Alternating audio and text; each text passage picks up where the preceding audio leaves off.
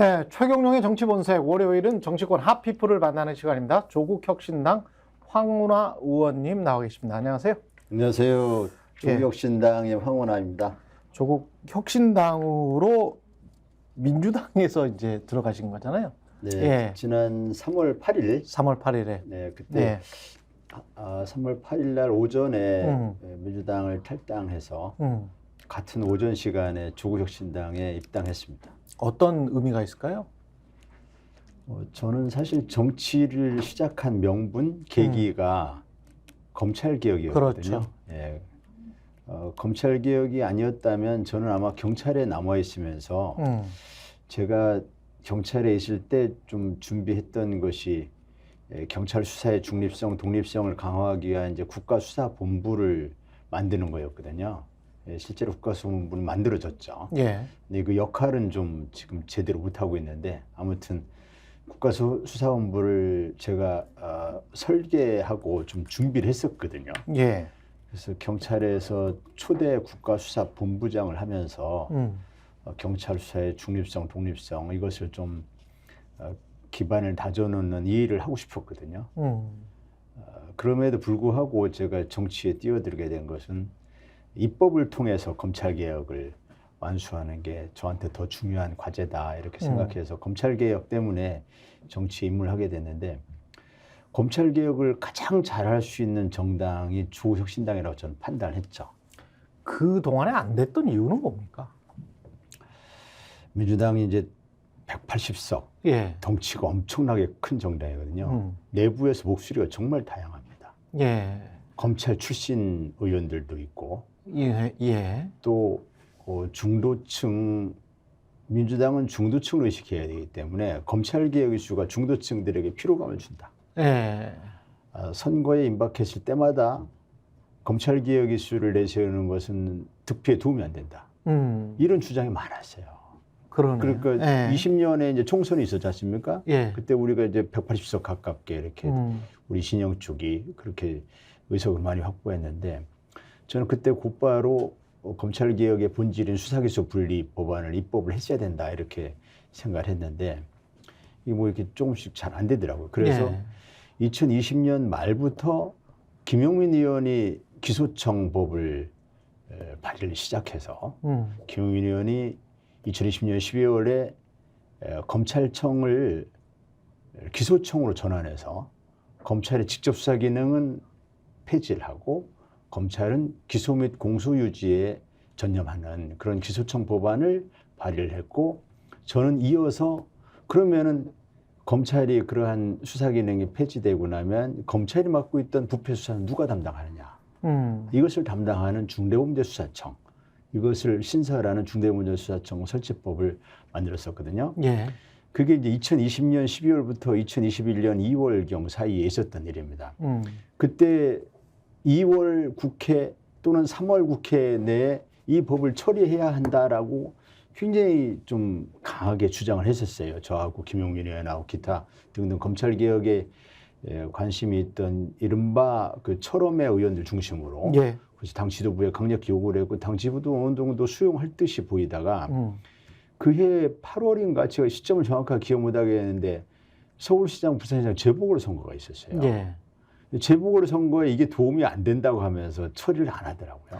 그 이후부터라고 볼 수 있나요? 아니면은 이제 이른바 조국 사태의 재판이 진행되면서 언론도, 심지어는 이제 진보 언론도 어떤 그런 분위기로 몰고 갔잖아요. 윤석열 대 조국 또는 윤석열 대 박범계, 윤석열 대 추미애의 싸움으로 몰고 갔잖아요. 그렇게 하면서 이제 한쪽 편에서는 특히 이제 검찰 출신의 법조 기자들, 검찰 기자들은 윤석열의 검찰의 중립성을 이야기하는 윤석열의 편을 많이, 당신은 검찰총장이죠.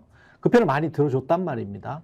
그런데 오히려 이제 윤석열이 정치를 시작을 하고 대통령이 되고 국민들로부터 그렇게 지지율이 높게 나오지 않는 이 상황에서 그때를 다시 복기를 해보면 윤석열이 검찰의 중립성과 공공성을 위해서 수사를 한 건지, 아니면은 권력을 잡기 위해서 수사를 한 건지 그것부터 다시 한번 따져봐야 될 것 같기도 하고 언제든지 검찰이 어떤 개인의 사적인 욕망의 도구화가 될 수도 있는 것 아닌가. 어떻게 보세요? 지금 현재. 저는 그 윤석열 대통령이나 예. 또는 이제 한동훈 지금 비대위원장이나 이런 류의 그 검사들을 이제 극단적인 검찰주의자다 이렇게 표현하는데요. 극단적 검찰주의자다. 뭐 요즘 극단적이라는 표현이 좀 자주 좀 그 사람들 입에 오르락내리락 하는데 예. 검찰권을 가지고 못할 게 없다라고 생각하는 검찰권을 가지고 나라를 뭐 쥐락펴락할 수 있다. 예. 없는 죄도 얼마든지 만들어낼 수 있다. 우리가 표적으로 삼으면은 그 사람을 충분히 죄가 없어도 법정에 세울 수 있다. 한동훈 비대위원장도 본인이 재판 채널A 검언 유착 사건 그 사건 때 본인이 나는 죄가 없다고 생각하지만 검찰이 나를 구속할 것이다. 이렇게 본인이 얘기했었어요. 예. 그 얘기는 죄가 없어도 검찰이 구속하려면 얼마든지 구속될 수 있다. 본인이 검사인데도. 예. 예. 본인이 그렇게 해봤거든요. 예. 그래서 검찰 간부 출신들도 검찰의 표적이 돼서 한번 엮이면은 그럼 빠져나갈 방법이 없다. 검찰이 막 그 이른바 언론 플레이를 통해서 그 언론의 분노를 막 자극을 하는 그렇죠. 그런 일방적인 기사들이 막 계속 흘러나가고 하면 그렇죠. 이 항변이 안 먹힙니다. 악마가 돼버리거든요, 순식간에. 순식간에 그렇죠. 예. 그렇게 되기 때문에 경찰이든 검찰이든 사실은 그렇게 되죠. 예. 그러다 보니까 그런데 익숙했던 그 이제 특수부 검사들은 자신들이 얼마든지 없는 죄도 만들어낼 수 있다. 그리고 있는 죄는 덮을 수도 있다. 우리가 덮으면 그만 아니냐. 예. 검사들이 가진 권한이 수사를 하고 기소하는 권한도 크지만 예. 사실은 덮어버리는 권한이 더 무섭다. 예. 이렇게 얘기하는 검사들이 많거든요. 근데 180석이 넘고 여당일 때도 안 됐던 검찰 개혁이 이번에 그 이재명 당대표 이야기대로 뭐 151석이나 153석이 민주당이 되고 과반을 넘기고 그리고 조국혁신당이 뭐 10석 정도 가지고 간다면 안팎으로 가지고 간다면 그렇게 하면 뭐 165개에서 170개 이렇게 될 텐데 범야권이 게다가 대통령은 또 검찰총장 출신의 윤석열이란 말이죠. 그럼 과거에 문재인 대통령 때 180석으로 한 2년 정도 있었어요. 그때도 안 됐던 검찰 개혁이 되겠습니까? 어떻게 보십니까? 뭐 현실적으로 국회에서 법이 통과된다 하더라도 대통령이 거부권 행사하면 또 무산되는 거잖아요. 그렇죠. 그래서 첫째는 윤석열 대통령이 거부권을 행사할 수 없는 정도의 국민적 공감대가 형성돼 있어야 됩니다. 근데 이번 총선에서 이 범야권 민주개혁 진영이 몇 석을 얻을지 알 수는 없지만 여기에서 의미가 있는 예컨대 범야권 뭐 우리 조국혁신당을 포함해서 범야권이 180석 정도를 얻는다면 물론 뭐 탄핵이라든지 거부권을 무력화시킬 수 있는 의석은 200석이잖아요. 그렇죠. 그래서 어림도 없죠. 180석 가지고는. 다만 180석은 이제 뭐 패스트트랙을 통과시키다 이 정도의 의미는 있는 것인데 문제는 여론의 흐름 같아요. 여론의 흐름. 그 여론의 흐름이 예컨대 뭐 한동훈 특검법이 또 국회를 통과하고 한동훈 특검법에 따른 이제 한동훈 수사가 불가피하다는 여론이 형성될 경우에 한동훈 특검법은 뭐를 담고 있죠? 한동훈 딸에 대한 의혹, 입시 의혹, 뭐 그것도 있지만 고발 사주 그거 있지만 크게 보면 두 가지죠. 고발 사주죠. 고발 사주 때 손준성 검사와의 공범 관계. 그렇죠. 손준성 검사가 이제 고발장을 당시 국민의힘인가 일이 뭐였나 모르겠네요. 그쪽 정당에 이제 자꾸 바뀌니까. 그쪽 정당에 전달하기 전날 한동훈 검사가 손준성과 또 한 명의 검사가 있는 단톡방에 60장의 사진을 보냈다라는 것이 확인이 되는데 60장의 사진이 뭔지 이제 한동훈 검사가 자신의 비번을 공개하지 않아가지고 그렇죠. 확인이 안 됐거든요. 예. 그것은 뭐 정황상 볼 때는 고발 사주와 직접 관련된 모종의 뭐 사진이든 뭐 파일이든 이런 걸 보내지 않았겠냐 이렇게 의심이 되죠. 그렇죠. 그것이 이제 가장 핵심적인 사건인 것이고 예. 또 하나는 이제 윤석열 검찰총장 징계권이죠. 윤석열 검찰총장 징계가 1심에서 정당하다. 해임시킬 수도 있는 그런 사안이다. 이렇게 1심 법원 인정을 했는데 2심에서 이게 다 잘못됐다 하고 2심에서는 징계가 부당하다. 이렇게 됐단 말이죠. 예. 그래서 그 과정에서 한동훈 법무장관이 이른바 패소할 결심을 하고 직무유기를 한 거 아니냐 또는 그렇죠. 직권남용을 한 거 아니냐. 이 부분이 두 가지가 현재는 이제 한동훈 특검의 핵심적인 수사 대상이고 물론 이제 딸의 뭐 논문 대필 뭐 이런 부분도 포함시킬 수 있겠죠. 그러니까 한동훈 특검을 중심으로 해서 그리고 또 그럴 경우에 조금 더 말씀드리면은 그럴 경우에 이제 총선 후에 국민들 여론의 흐름이 어떻게 갈지 모르겠는데 윤석열 총장과 한동훈 당시 검사장 3차장이 주도했던 그 조국에 대한 수사가 공정과 상식을 내세우는데 사실은 윤석열 대통령과 한동훈 비대위원장이 공정과 상식의 가치를 이 사람들이 망가뜨리고 국민들을 속였던 거 아니냐. 본인들이 공정과 상식의 잣대를 똑같이 적용하면 한동훈 비대위원장의 딸을 입시 비리 문제도 똑같은 잣대로 수사해야 되고 그뿐만이 아니고 이제 고발 사주 같은 경우는 본인들 사건일 수 있어요. 고발 사주 때 역시 윤석열 대통령이 지금 공수처 피의자로 입건돼 있거든요. 그렇죠. 이런 데 대해서 국민들이 분노할 수 있거든요. 공정과 상식을 그렇게 외치더니 본인들의 범죄는 다 덮어? 이렇게 범죄 혐의는 있는 거니까 지금. 그러기 때문에 이거에 대해서 여론의 흐름이 어떻게 형성되냐에 따라서 국민의힘 의원들이 한동훈 특검법에 동조할 수도 있거든요. 저는 그럴 가능성이 있다고 봅니다. 그리고 그 국민 여론이 무서워지면 대통령이 함부로 거부권 행사 못할 겁니다. 그리고 여당 내에서 한동훈의 입지가 어떻게 되느냐에 따라 달려 있겠죠. 그렇죠. 총선 때 만약에 이제 한동훈이 그렇게 위력을 발휘하지 못하고 그리고 여당 내에 다른 대선 후보들이 한동훈은 완전히 이제 끝내는 게 낫겠다. 그게 본인들의 이제 대선 경쟁력을 위해서 낫겠다라고 생각을 하면 한동훈은 버리는 카드로 한동훈 특검을 받을 수도 있는 것이죠. 저는 그럴 가능성이 정치적인 역동성은 뭐 그런 게 있을 수가 있죠. 근데 대통령과 관련해서는 이제 최상병 사건이 지금 가장 순직 사건이 가장 크기 때문에 가장 큰 거죠. 그리고 이제 뭐 MBC의 단독 보도로 대통령실에서 전화를 한 거는 사실이고 맞습니다. 거기 그 이후에 장관의 입장이 확 바뀐 거잖아요. 맞습니다.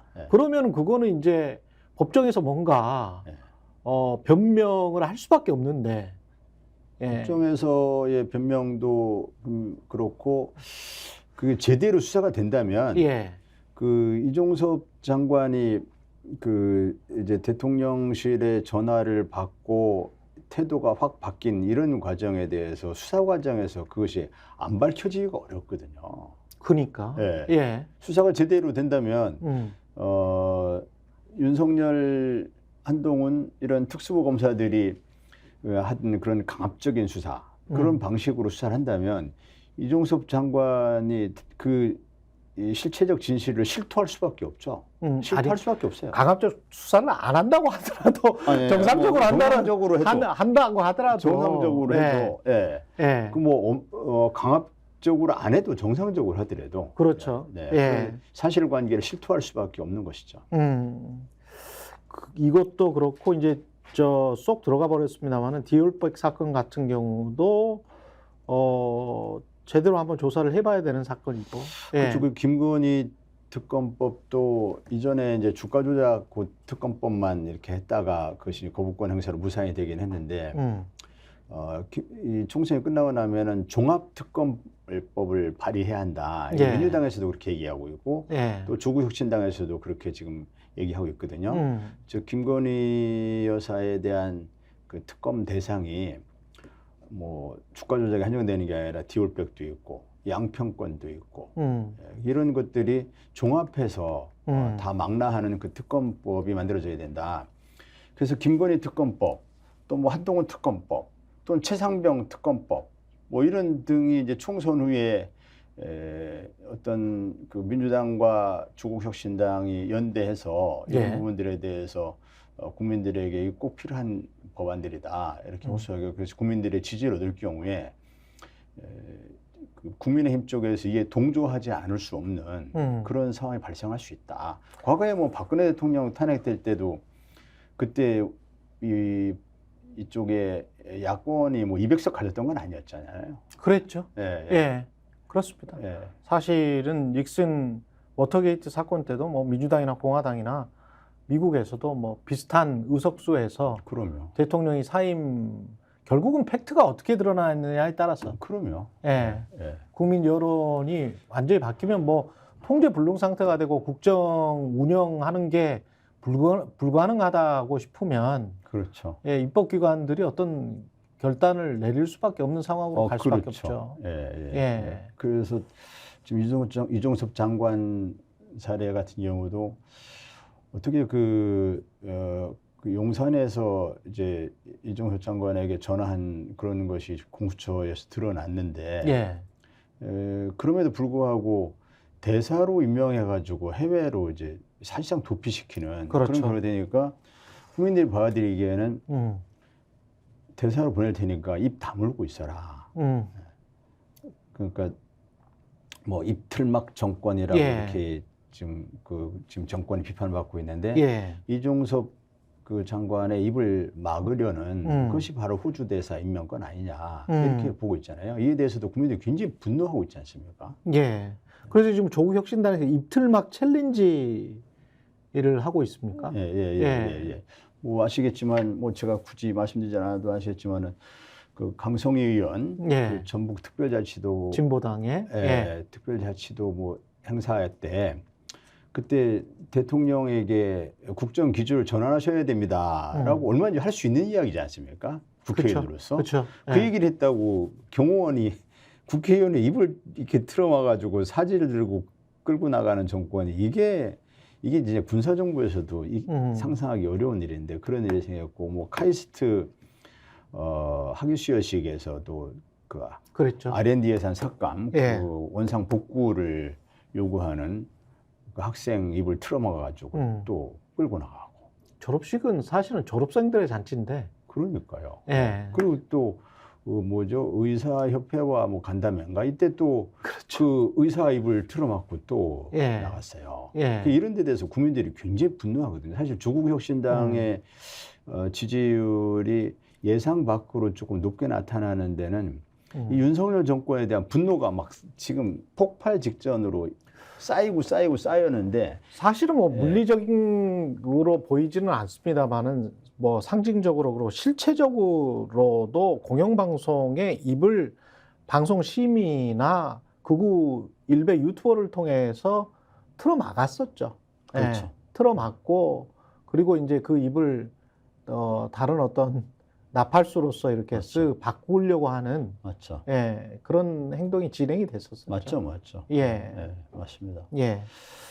근데 이제 역으로 그 국민의힘에서는 조국 그 혁신당을 비판을 많이 하고 있단 말이죠. 최근 들어서는 이제 아마도 지지율 때문에 더 그런 것 같습니다만은 피고인 방탄당이다. 이거는 황운하 의원님한테도 겨냥을 한 것 같은데. 조국 대표하고 황운하, 조국 대표 황운하 두 명을 겨냥한 것이죠. 우선 좀 착각해서는 안 될 것이 피고인은 국회가 방탄 수단이 될 수가 없습니다. 그러니까 피의자 때, 수사 대상일 때는 국회의원이 이제 불체포 특권을 갖기 때문에 국회가 방탄 국회가 될 수 있다라는 비판을 받을 수가 있어요. 피고는 이제 재판에 들어가는 거니까. 재판을 받고 있는 사람들은 뭐 그 재판에 들어가 가지고 예컨대 재판부에서 뭐 법정 구속을 한다. 이게 뭐 국회 동의로 돼야 되는 것도 아니고 막을 방법이 없습니다. 국회에서. 아무런 뭐 방어 수단이 없습니다. 또 재판부가 이제 피고인이 되고 나면은 재판부가 유죄, 무죄 뭐 이런 그 이제 선고의 대상이 되는 건데 재판의 대상이 되는 건데 유죄, 무죄를 국회가 무슨 거기에 대해서 어떤 영향을 행사할 수 있습니까? 전혀 국회가 피고인에 대해서는 어떠한 방탄 수단도 갖고 있지 못하다. 예. 예, 그래서 재판을 받고 있는 피고인들이 국회로 간다고 그래서 무슨 뭐 방탄 어쩌고 하는 것은 완전히 국민 상대로 거짓말하는 거죠. 피고인이 무슨 방탄 수단이 있습니까? 예. 예, 피의자는 방탄 수단이 있을 수 있어요. 예. 예, 그런데 지금 그 범죄 피의자들의 도피처다 이렇게 얘기할 수는 있습니다. 근데 조국혁신당은 피의자들 도피처는 아니에요. 예. 피고인들은 있어요. 네. 이미 재판이 들어가 버렸. 예, 예. 이재명 당대표하고 또 같은 거네. 그렇죠. 이재명 대표도 지금 피고인이잖아요. 예. 예. 그리고 피의자 도피처는 사실은 용산이고 국민의힘이에요. 아. 예, 김건희 여사가 수사 대상 아닙니까? 그렇죠. 어디에 있습니까 지금? 용산에 살고 있잖아요. 그렇죠. 예. 주가 조작 의혹 사건 같은 경우도 제대로 조사나 수사가 안 돼 있는 거 아니에요? 또 윤석열 대통령 본인도 지금 고발 사주 사건 그게 그 공수처 피의자로 입건돼 있습니다. 그러네요. 예. 또 예. 이종섭 대사 같은 경우도 예, 이종섭 대사 해외로 그 대사를 임명해가지고 이것은 범인 도피죄에 해당되는 사건이거든요. 뭐 대통령이니까 바로 뭐 형사 소추나 이런 거는 안 되겠지만 소추는 면제되죠. 예. 그렇지만은 수사는 할 수 있어요. 대통령 그렇죠. 대통령에게 인정된 건 불소추 특권일 것뿐이지 예. 수사를 안 받는 건 아니거든요. 그렇지만 현실적으로 용산이 피의자 도피처로 활용되고 있다. 이런 비판은 가능한 얘기죠. 그럼 용산이 피의자 도피처다. 예. 조국혁신당이 피고인 방탄당이 아니고. 예, 예. 용산 그다음에 국민의힘은 피의자 도피처가 됐어요. 왜냐하면 이종섭 그 대사, 이제 이종섭 장관 그 당시에 그 이제 최상병 사망 사건에 대한 수사 외압이 이제 사건의 본질이잖아요. 예. 그 수사 외압 사건의 핵심 피의자가 이종섭 당시 국방부 장관이고, 그렇죠. 그다음에 국방부 차관이 또 있어요. 신범철. 예. 예. 그다음에 용산에 대통령실에 안보실 2차장이 있어요. 임종득. 임종득인가 예. 뭐 이런 예. 분이 있어요. 예. 이분들이 다 지금 국민의힘에 탈수공천을 다 받았어요. 예. 출마했죠. 예. 예. 이 피의자들이거든요. 수사 대상자들입니다. 오히려 국민의힘이 피의자 도피처다. 예, 피의자 도피처라는 것은 이해할 수 있는데 조국혁신당은 그 피고인 방탄당, 뭐 피고인 도피처 얘기하는데 피고인은 국회가 방탄 수단이 되지도 않고 도피처가 될 수도 없습니다. 예. 피고인에게는 국회가 아무런 수단이 없어요. 예. 그리고 그 부산에 가서 조국 대표가 기획재정부 개혁을 외쳤는데 드문 가끔 어떤 분들이 이야기는 했습니다만 기획재정부 개혁을 어떤 정당에서 총선 전에 총선 선거 기간에 이렇게 대놓고 외친 거는 참 이례적인 것 같은데 어떤 의미가 있을까요, 이게? 기재부가 이명박 정부 때인가 예. 이제 기획재정부가 만들어졌거든요. 그때 기획재정부가 갖고 있는 기능이 예산 편성 기능과 재정 정책 기능 뭐 이렇게 크게 대별할 수 있을 것 같아요. 옛날에 기획예산처가 있었고, 그렇죠. 예. 또 뭐 재경부인가 뭐 예. 이렇게 있던 나뉘어져 있었죠. 예, 그게 예. 이제 통합되면서 예산 편성 기능과 재정 정책 기능이 다 기재부가 갖게 됐어요. 예. 기재부가 부처 위에 부처 군림하게 됐죠. 그리고 뭐 기재부 마피아라는 얘기가 나오고, 그렇죠. 예, 그러면서 기재부가 비판의 대상이 됐고, 가장 강력한 관료 집단. 물론 이제 대한민국에서 가장 강력한 카르텔은 검찰 카르텔이라고 보고, 예. 그 다음이 기재부 카르텔이다. 이런 비판들이 있었는데요. 이 기재부가 지난 코로나 팬데믹 때 문재인 대통령이 이제 전 국민들에게 재난지원금을 지원하자 하니까 재정의 건전성을 이제 들어서 반대를 했어요. 당시 이제 문재인 대통령 정부는 각 부처의 자율적인 입장을 존중하고 설득, 타협 이런 걸 존중하다 보니까 기재부 입장을 존중했어요. 근데 똑같은 돈, 똑같은 상황에서 윤석열 대통령이 그 지원하자 하니까 기재부가 군말 없이 지원했어요. 이건 뭘 의미하냐면 예. 기재부가 자신들의 부처의 자율적인 입장을 존중해주는 정부는 만만하게 생각하고 군림하려고 그래요. 그게 심지어 대통령실을 상대로도 예. 자기들 입장을 관철하려고 해버립니다. 이 사람들은 선출직도 아닌데. 예. 그런데 검찰 정권에 들어서서 검찰 정권은 이게 대놓고 협박하고 뭐 말 안 들으면 수사하겠다라 하고 이런 정권이다 보니까 바짝 겁을 먹고 시킨 대로 하려고 하고 알아서 기고 이렇게 하는 거거든요. 예. 기재부가 굉장히 정치화된 거죠. 그래서 이런 기재부는 반드시 개혁해야 한다. 예산 편성 기능, 예산 심사 기능의 국회 기능을 더 강화한다든지 뭐 이런 것은 이전부터 많이 이제 논의돼 왔던 것이지만 예. 그래서 그러는 문제를 좀 우리 조국혁신당은 심각하게 보고 기재부 개혁을 지금까지는 대통령 후보들이나 각 당에서 총선 공약으로 기재부 개혁을 이렇게 좀 우선시 해가지고 내세운 적은 저도 기억에 없었던 것 같아요. 근데 그 두 집단이 좀 비슷한 게 뭐 판사들까지 포함해서 정관예우라는 이 단어가 있지 않습니까? 정관예우라는 게 어떻게 보면 기재부 관료들이랄지 경제부처 관료들을 우리가 모피아라고 하는데 모피아랑 비슷한 뭐 검피아랄지 법피아랄지 뭐 이런 두 집단 다 그래요. 맞아요. 예.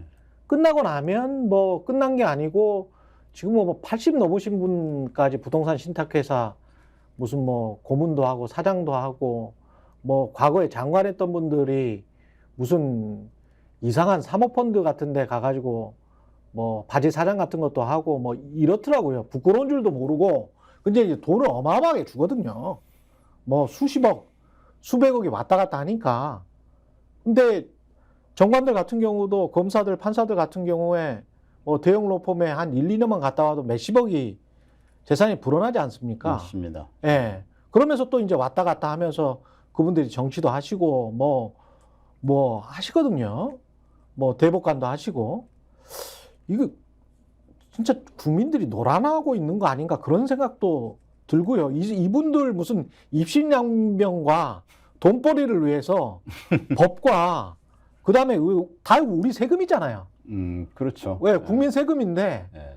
본인들이 그렇게 만들어 놓고 본인들이 또 공적 기관을 만들어 놓거나 공적 기관에 버금가는 금융기관이랄지 뭐 이런 것들을 만들어서 거기에 또 수장으로 쭉 다 가요. 네, 맞습니다. 기재부 모피아 말씀도 좀 해주셨지만, 네.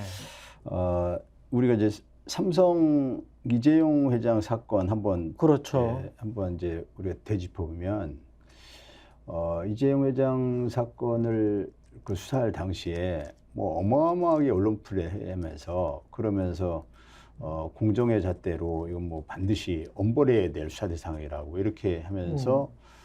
그러면서 이제 대대적으로 수사를 해가지고 엄청난 언론 플레이를 했는데 1심에서 다 무죄 나왔지 않습니까? 그렇죠. 네. 근데 그때 검찰이 재벌 총수, 그것도 뭐 삼성이라고 하는 1위 재벌의 총수를 뭐 구속을 하느니 뭐 기소를 하느니 하니까 네. 잘 모르는 국민들은 통쾌해요. 통쾌하고 이 검찰이 정말 정의의 사도구나. 우리 서민들은 먹고 살기 어려운데 저렇게 어마어마한 재벌 총수가 불법을 저질러서 그랬던 거 아니야? 이렇게 생각하게 만든단 말이죠. 그렇죠. 예. 그런데 이게 다 무죄가 나왔어요. 자, 여기서 우리가 생각해 볼 수 있는 것이 우리 이제 검찰이 수사를 하고 기소를 하고 또 뭐 엄청나게 그 악질적인 범죄라고 하면서 막 구형을 세게 해요. 그랬다가 또 실제로 그 형사처벌 유죄 판결 받는 경우도 있고 이번처럼 무죄되는 경우도 있고. 근데 유죄 판결 받아도 또 이번에 다 사면을 해줘요. 또 수사한 사람, 기소한 사람, 구형한 사람, 사면한 사람이 똑같아요. 다 지금 참여하는 사람은 대통령이 하고 있어요. 그러네요. 국민들이 노란하고 있는 겁니다, 지금. 예. 네. 그리고 그 양승태 대법원장도 이제 무죄가 됐어요. 그때 수사한 사람이 한동훈 검사고 또 이재용 그 삼성 회장은 이제 이복현이라는 그 금감원장이 수사했어요. 다시 지휘했던 사람은 윤석열 그 총장이었거든요. 네. 이 과정에서 이익을 보는 사람이 누군지 잘 우리가 살펴봐야 됩니다. 그러네. 누가 이익을 보겠어요? 그러네. 검찰 출신 전관들이 어마어마한 이익을 봅니다. 그렇죠. 예, 예. 개입을 해있겠죠. 예, 예. 어마어마한. 그러니까 그 지금 사실은 보통, 법조 시장은 좀 화랑이 나던데. 예, 보통 그 검찰이 재벌을 이제 한번 수사하면 수백억의 변호사 비용이 풀린다 이렇게 그렇죠. 알려져 있거든요. 예. 그게 누구한테 갑니까? 검찰 출신 전관 변호사한테 가잖아요. 그렇죠. 그럼 수사를 하는 특수부 검사들은 지금 어마어마한 수십억, 수백억의 그 수임료가 그걸 그 돈방석에 앉은 전관 변호사가 미래의 나의 모습이잖아요. 그러네. 그렇습니다. 그래서 막 언론 플레 해가지고 검사들은 정의의 사도인 것처럼 이렇게 그 국민들에게 검찰권 오남용을 감추면서 물론 이제 이재용 회장이나 양승태 대법원장에 대한 수사가 반드시 오남용이라고만 단정할 수는 없어요. 예. 그거와 별개로 아무튼 그렇게 그 검찰권을 행사하면서 검찰의 이미지가 뭐 정의의 사도인 것처럼 이렇게 그 포장을 잘 해놓고 실제로는 나중에 보면 흐지부지 됩니다. 무죄가 되거나 또 유죄가 돼도 다 사면복권 시켜버려요.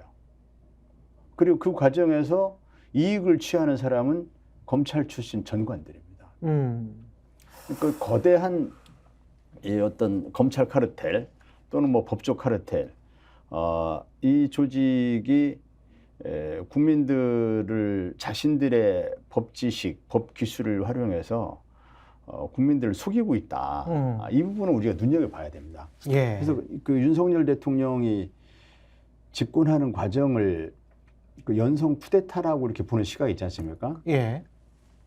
그러니까 법 지식, 법 기술을 활용해서 정상적인 수사를 하는 것처럼 살아있는 권력 수사를 하는 것처럼 이렇게 해서 사실은 야금야금 이 법 제도 또는 어떤 규범 이런 것을 잘 활용을 해서 그걸 하나씩 무너뜨려 가지고 예컨대 이제 청와대를 상대로 그 성역이 어디 있어 수사에 성역이 없는 거야 하면서 청와대 상대로 압수수색 한다고 하면서 자꾸 뭐 언론 플레이 하면은 당시 문재인 대통령에 대한 반감을 갖고 있는 국민들이 또 많이 있지 않습니까? 어느 정권이든지. 그렇죠. 그런 반문 정서를 가지고 있는 국민들은 열광을 하거든요.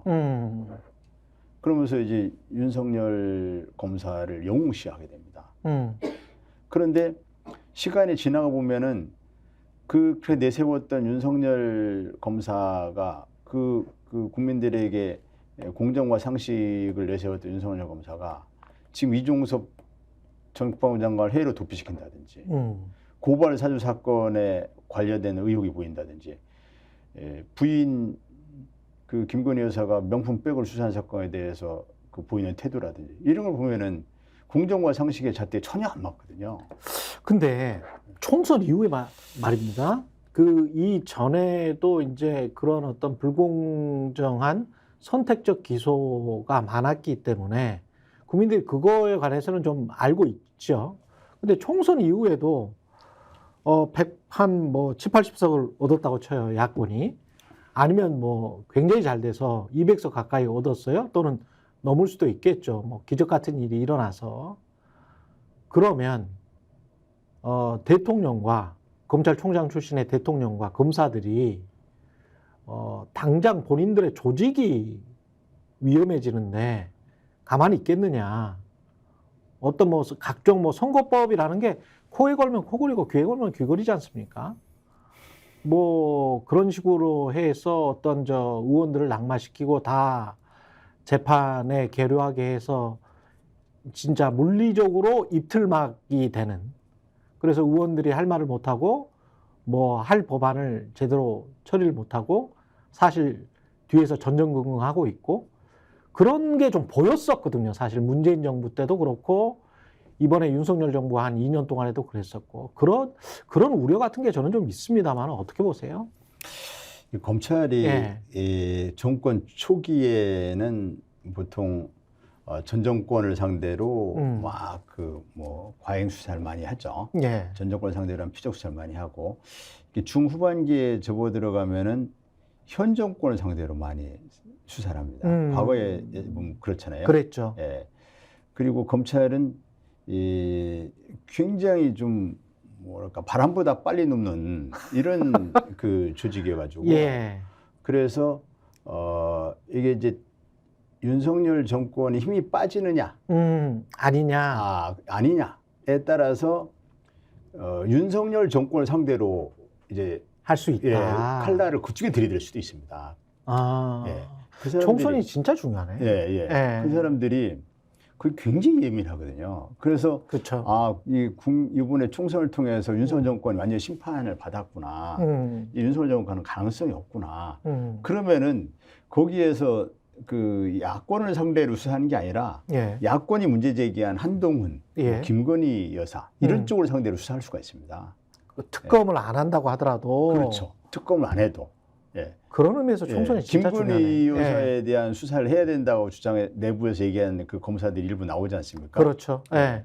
그게 총선 후에 그 흐름이 강해질 수도 있습니다. 예. 그래서 그러니까 윤석열 대통령이나 뭐 한 비대위원장은 뭐 총선 후에 입지가 어떻게 될지 모르겠고, 윤 대통령이 검찰 장악력이 급속도로 떨어지고 오히려 이제 검찰에서 국민들의 여론의 흐름이 현 정권의 심판이구나. 그렇죠. 이것이 확인이 되면 검찰의 칼날이 그쪽으로 갈 수가 있다.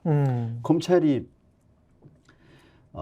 여당 편도 아니고 야당 편도 아니고 검찰은 오로지 검찰 편이라는 얘기가 있잖아요. 예, 오로지 편이죠. 검찰 편입니다. 예. 오로지 검찰의 이익을 잣대로 이렇게 하는 데이기 때문에 그래서 검찰의 이익에 도움이 된다고 생각한다면 현 정권은 이 수사 대상에 될 수도 있죠. 자기 조직을 보존하기 위해서라도, 예.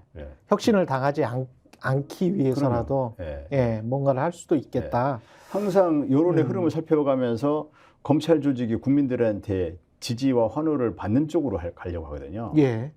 이 총선이 끝난 후에 윤석열 대통령을 향한 수사가 국민들의 지지를 얻을 수 있겠다면 그렇게 가죠. 예. 그래서 계속 그 상황이 어떻게 변하든 검찰 잘하고 있다 이런 박수를 받으려고 하거든요. 그러네요. 저 총선 이야기 잠깐 하겠습니다. 마지막으로 지금 의원님이 비례대표 조국 혁신당은 뭐 비례대표만 내는 거니까요. 비례대표 8번이신데 당선 안정권이라고 보십니까? 전반적으로 지금 지지율이나 이런 걸 어떻게 보고 계세요? 오늘 그 여론조사 꽃에서 예. 발표한 여론조사를 보면 우리 조국 혁신당이 전화면접조사에서 비례정당 중에 처음으로 1위를 했더라고요. 전화면접조사에서. 네, 그러니까 국민의 미래를 앞서가지고 예. 1위를 했습니다. 굉장히 의미 있는. 그러네요. 처음 그 비례 투표에서 조국 혁신당 1위를 한 건 처음입니다. 몇 퍼센트 나왔어요? 한 30% 가까이는 안 나오고 28? 좀 얼마가 잘 기억이 안 나는데 그쯤 나와서 1위를 했거든요. 예. 그리고 그 ARS에서도 국민의 미래와 이제 오차 범위 내 접점을 보이고 있습니다. 그렇죠. 예, 그런 조사는 꽤 있죠. 예. 그래서 고무적인 그런 흐름을 보이고 있긴 하지만 그러나 우리 조국 혁신당은 뭐 저는 8번인데 8번은커녕 1번조차도 언제든지 여론의 흐름에 따라서 한 명도 당선이 안 될 수도 있다. 단 한 석도 배출하지 못하는 정당이 될 수도 있다. 이런 절박한 마음으로 지금처럼 윤석열 정권을 가장 심판을 잘할 수 있는, 가장 잘 싸울 수 있는 조국 당에 대한 국민들의 지지는 윤석열 정권에 대한 분노를 잘 표출하고 있기 때문에 윤석열 정권과 가장 잘 싸울 수 있는 정당이기 때문에 국민들이 지금 지지를 보내주시고 있는 걸로 예. 그렇게 보고 있기 때문에 그러한 그 윤석열 정권을 가장 잘 싸울 수 있는 또 조국혁신당이 지금 시대적 역할이 있다고 국민들이 보시는 것 같아요. 예. 그 역할을 잘 수행해낼 수 있는 그런 정당이라는 모습을 잘 보여드리면서 계속 낮은 자세로 또 절박한 자세로 이렇게 가야만이 그래야만이 뭐 그 지지의 기대에 부응할 수 있다 생각하고 있고 뭐 어느 정도가 안정권이라고 생각 안 하고 있습니다. 한석도 어려울 수도 있다. 그 민주당 지지자들 일부 민주당 지지자들은 그렇게 생각하시는 것 같아요. 그게 조국 혁신당이 이렇게 인기를 끌고 투표율을 높여서 민주당의 지역구 의원들도 많이 당선될 수 있겠지만 더불어민주연합처럼 또 다른 이제 비례대표를 내야 되기 때문에 전반적으로 봤을 때 이게 민주당에 도움이 되느냐, 조국 혁신단의 약진이 거기에 관해서 의구심을 갖고 있는 지지자들도 꽤 있는 것 같은데 어떻게 뭐 보십니까? 그렇게 생각하시는 분도 계시지만 예. 민주 진보 진영의 그 파이를 키우고 있다 이렇게 예. 생각하시는 분도 많습니다. 파이를 키우고 있다. 예. 예. 그러니까 이 민주당의 의성정당인 이제 그 비례연합, 민주연합과 조국혁신당이 합해놓으면 이게 비례의석이 60% 육박할 수도 있다 이런 분석도 있거든요. 예. 이제 그만큼 그렇죠. 중도층을 가져오고 국민의 미래의석을 가져오는 거거든요. 예. 그래서 가장 이상적이라면 비례의석을 3분할 하는 거죠. 3분할. 왜 민주당, 예. 또 조국혁신당, 국민미래 3분할. 3분할해서 각자 30%씩 얻으면 되잖아요. 예. 그렇게 되면은 10%가 이제 나머지 정당으로 가고. 그러면 거의 한 25석, 46석에서 아니 이제 또 합해서 예, 합해서는 거의 30석 가까이. 합해서는 뭐 25석이 넘어야죠. 합해서는. 그렇죠. 합해서는 예. 거의 30석 가까이가 되겠죠. 그렇죠. 그렇게 돼가지고 거죠. 28이나 예, 그렇게 30석 가까이. 예, 예. 그렇게 해서 민주 진보 진영이 얼마든지 커질 수 있는데 예. 물론 그 과정에서 선의의 경쟁은 불가피합니다. 그 민주연합과 조국혁신당의 선의의 경쟁은 어느 정도는 불가피한데 예. 이 부분이 너무 과도하게 어떤 견제 심리가 작동되는 것은 두 정당에게 다 도움이 안 됩니다. 민주당에서 민주연합에 투표해달라고 얘기하는 건 너무 당연한 거잖아요. 예. 너무 당연하고 이해합니다. 그리고 조국혁신당이 민주연합에 투표하지 말아달라고 얘기하는 것도 아니거든요. 예. 그리고 더구나 지역구에서는 민주당 뭐 지민 비조의 그러한 그 기조를 계속 유지해 왔기 때문에 조국혁신당의 그 약진이 특히 박빙 지역구에서 박빙 지역구에서의 투표를 망설이던 또는 민주당의 무슨 이유에서든지 좀 실망해서 투표에 가기 망설이던 이런 분들을 투표장에 가게 만들면 이게 2%만 되더라도 박빙 지역에서는 이게 당락이 좌우되는 거거든요. 이분들이 투표장에 안 가려고 했다가 갔는데 조국혁신당 찍어주려 할 수 없이 갔는데 이분들은 대부분 지역구에서는 민주당을 찍을 가능성이 높지 않습니까? 그렇죠. 예. 그래서 결국 비례의석에서 민주연합이 일부 의석을 뭐 손해 볼 수도 있다 이런 것은 상정해 볼 수도 있지만 그보다 설사 그런 결과가 발생한다 하더라도 그보다 훨씬 더 많은 뭐 수배 심지어 10배에 가까운 지역구 이익을 볼 수 있다. 예, 그렇게 보면은 크게 보면 민주 진보 진영의 그 의석수가 늘어나는 결과가 되기 때문에 예, 그 부분에 대해서는 좀 전략적인 판단을 할 필요가 있다. 저는 그렇게 보는 거죠. 한 몇 년 전까지만 해도 뭐 특히 뭐 언론이 더 그랬던 것 같습니다만은 언론이 뭐 여론이나 민심을 반영하는 창이라고 하니까 그때 한 4년 전만 해도 그렇게 비난하는 목소리가 높았잖아요. 조국 전 법무부 장관을. 근데 이제 특히 호남에서는 조국 혁신단의 인기가 굉장히 좀 높아요. 왜 3, 4년 동안 이렇게 변한 이유가 뭐라고 보세요, 민심이? 우선은 그 윤석열 정권에 대한 분노가 굉장히 좀 올라가 있는 것 같아요. 예. 그러면서 그 윤석열 대통령과 한동훈 비대위원장이 조국 장관에 대한 이제 수사를 주도했잖아요. 예. 이게 과연 공정한 수사였나? 이 검찰권의 남용 아니었나? 지나고 보니. 예, 과도한 수사 아니었나? 그리고 공정과 상식의 가치를 오히려 훼손했던 거 아닌가? 시간이 흘러가니까. 예, 그래서 일부에서는 윤석열, 한동훈을 가해자로 보고 조국을 피해자로 보는 그렇게 인식하는 분도 계신 것 같아요.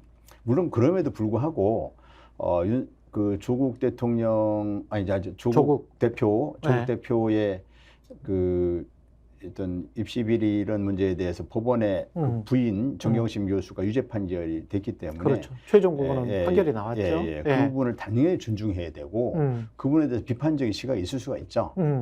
그런데 윤석열 대통령의 뭐 대한 분노가 막 그 쌓이고 또 그게 임계점을 향해서 막 가고 있다 보니까 그러니까 상대적으로 윤석열 대통령에 대해서 좀 강하게 심판하고 싶은데 그런 목소리를 현 단계에서는 윤석열, 한동훈 당시 검사들에게 가장 큰 피해를 당한 그런 이제 조국 대표가 시원시원하게 그 역할을 내 목소리를 내가 하고 싶은 말을 대신 잘 해주는 것 같다.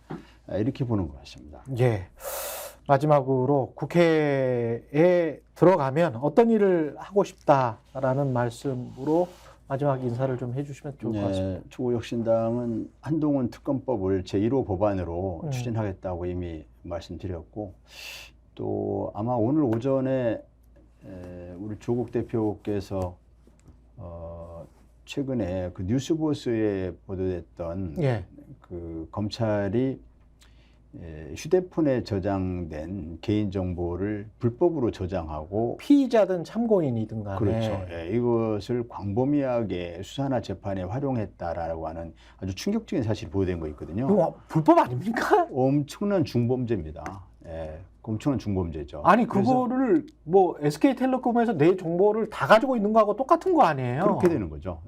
그래서 이거는 검찰 조직 전체가 범죄자가 될 수 있는 매우 중대한 범죄고 해서 이런 부분에 대해서 이제 특검을 통해서 이런 부분에 역시 진상을 규명하고 책임자를 처벌해야 되고 그 다음에 조국 혁신당의 정책 10대 정책 1호 정책이 검찰개혁이고 검찰개혁의 핵심 내용이 수사기소 분리거든요. 검찰의 직접 수사권을 전면 폐지하고 검찰 기소청을 전환하고 그다음에 검찰이 맡고 있던 부패수사 개념은 중대범죄수사청을 신설해서 그쪽으로 수사기능을 이관한다. 이 내용을 입법으로 추진하는 것. 이것이 조국혁신당이 22대 국회에서의 해야 할 일이다. 이렇게 보고 있습니다. 알겠습니다. 지금까지 황운하 조국혁신당 의원과 이야기 나눴습니다. 고맙습니다. 네, 고맙습니다. TV의 정치권색. 다시 제가 말씀드리죠. 예. 구독, 좋아요, 사랑입니다.